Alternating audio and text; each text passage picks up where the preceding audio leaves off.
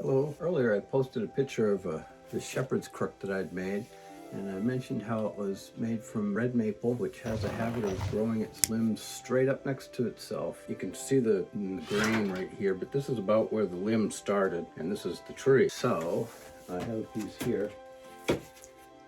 That one was made from a bigger tree, but this one will work. I've laid lines in here. I even did it with a parting tool so that y'all can see them better, and so can I. It's gonna get loud for a minute.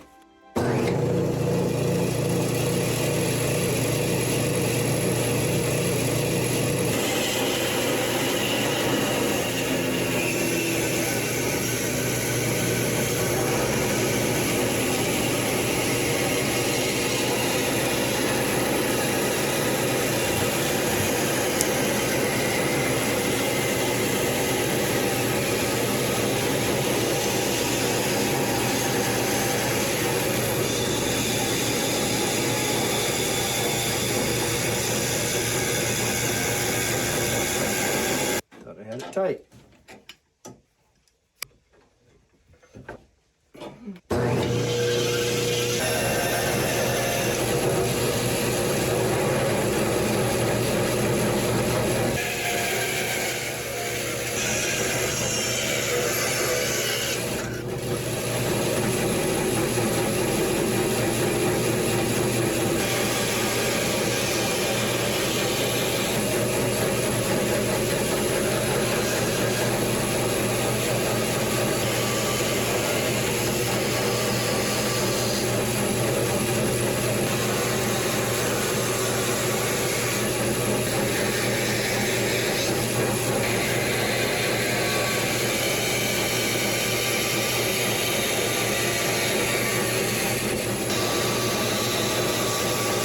You guys are in the way a little bit here.